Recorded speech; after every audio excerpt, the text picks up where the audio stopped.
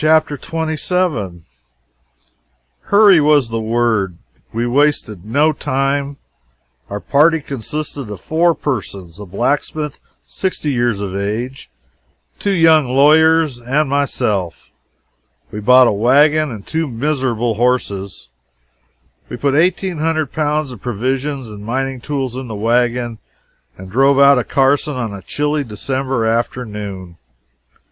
The horses were so weak and old that we soon found it would be better if 1 or 2 of us got out and walked. It was an improvement. Next, we found that it would be better if a 3rd man got out, and that was an improvement also. It was at this time that I volunteered to drive, although I had never driven a harnessed horse before, and many a man in such a position would have felt fairly excused from such a responsibility. But in a little while it was found that it would be a fine thing if the driver got out and walked also. It was at this time that I resigned the position of driver and never resumed it again. Within the hour we found that it would not only be better but absolutely necessary that we 4, taking turns 2 at a time, should put our hands against the end of the wagon and push it through the sand, leaving the feeble horses little to do but to keep out of the way and hold up the tongue. Perhaps it is well for one to know this fate at first and get reconciled to it. We had learned ours in one afternoon. It was plain we had to walk through the sand and shove that wagon and those horses 200 miles. So we accepted the situation, and from that time forth we never rode. More than that, we stood regular and nearly constant watches, pushing up behind. We made 7 miles and camped in the desert. Young Claggett, now member of Congress from Montana, unharnessed and fed and watered the horses. Oliphant and I cut sagebrush, built the fire, and brought water to cook with, and old Mr. Ballou, the blacksmith, did the cooking. This division of labor and this appointment was adhered to throughout the journey. We had no tent, so we slept under our blankets in the open plain. We were so tired that we slept soundly. We were 15 days making the trip, 200 miles, 13 rather, for we lay a couple of days in one place to let the horses rest. We could really have accomplished the journey in 10 days if we had towed the horses behind the wagon, but we did not think of that until it was too late, so went on shoving the horses and the wagon too, when we might have saved half the labor.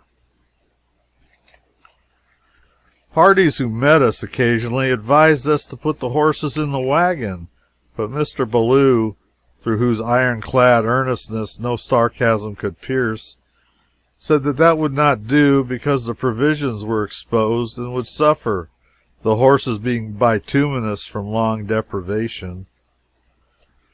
The reader will excuse me from translating. What Mr. Ballou customarily meant when he used a long word was a secret between himself and his Maker. He was one of the best and kindest-hearted men that ever graced the humble sphere of life. He was gentleness and simplicity itself, and unselfishness, too. Although he was more than twice as old as the eldest of us, he never gave himself any airs, privileges, or exemptions on that account.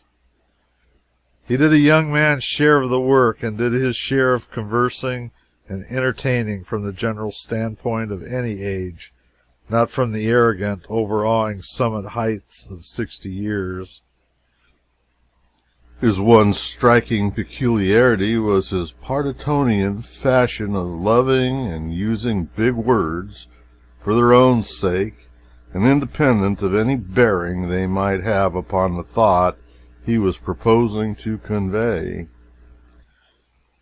He always let his ponderous syllables fall with an easy unconsciousness that left them wholly without offensiveness. In truth, his air was so natural and so simple that one was always catching himself accepting his stately sentences as meaning something when they really meant nothing in the world. If a word was long and grand and resonant, that was sufficient to win the old man's love, and he would drop that word into the most out-of-the-way place in a sentence or a subject, and be as pleased with it as if it were perfectly luminous with meaning. We four always spread our common stock of blankets together on the frozen ground, and slept side by side, and finding that our foolish, long-legged hound pup had a deal of animal heat in him, Oliphant got to admitting him to the bed between himself and Mr. Ballou, hugging the dog's warm back to his breast and finding great comfort in it. But in the night the pup would get stretchy and brace his feet against the old man's back and shove, grunting complacently the while, and now and then being warm and snug, grateful and happy, he would paw the old man's back simply in excess of comfort, and yet other times he would dream of the chase, and in his sleep tug at the old man's back hair and bark in his ear. The old man complained mildly about these familiarities at last, and when he got through with his statement, he said that such a dog as that was not a proper animal to admit to bed with tired men, because he was so meretricious in his movements and so organic in his emotions.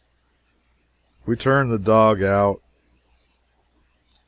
It was a hard, wearying, toilsome journey, but it had its bright side, for after each day was done and our wolfish hunger appeased with a hot supper of fried bacon, bread, molasses, and black coffee, pipe smoking, song singing, and yarn spinning around the evening campfire in the still solitudes of the desert was a happy, carefree sort of recreation that seemed the very summit and culmination of earthly luxury. It was a kind of life that has potent charm for all men, whether city or country bred. We are descended from desert lounging Arabs, and countless ages of growth towards perfect civilization have failed to root out of us the nomadic instinct.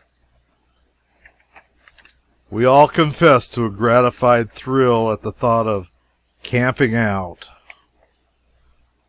Once we made 25 miles in a day, and once we made 40 miles through the great American desert, and 10 miles beyond, 50 in all, in 23 hours, without halting to eat, drink, or rest. To stretch out and go to sleep even on stony and frozen ground after pushing a wagon and 2 horses 50 miles is a delight so supreme that for the moment it almost seems cheap at the price. We camped 2 days in the neighborhood of the Sink of the Humboldt. We tried to use the strong alkaline water of the sink, but it would not answer. It was like drinking lye, and not weak lye either. It left a taste in the mouth, bitter and every way execrable, and a burning in the stomach that was very uncomfortable. We put molasses in it, but that helped it very little. We added a pickle, that the alkali was the prominent taste, so it was unfit for drinking. The coffee we made of this water was the meanest compound man has yet invented, and it was really viler to the taste than the unameliorated water itself. Mr. Ballou, being the architect and builder of the beverage, felt constrained to endorse and uphold it, and so drank half a cup by little sips, making shift to praise it faintly the while, but finally threw out the remainder and said frankly it was too technical for him. But presently we found a spring of fresh water, convenient, and then, with nothing to mar our enjoyment and no stragglers to interrupt it, we entered into our rest.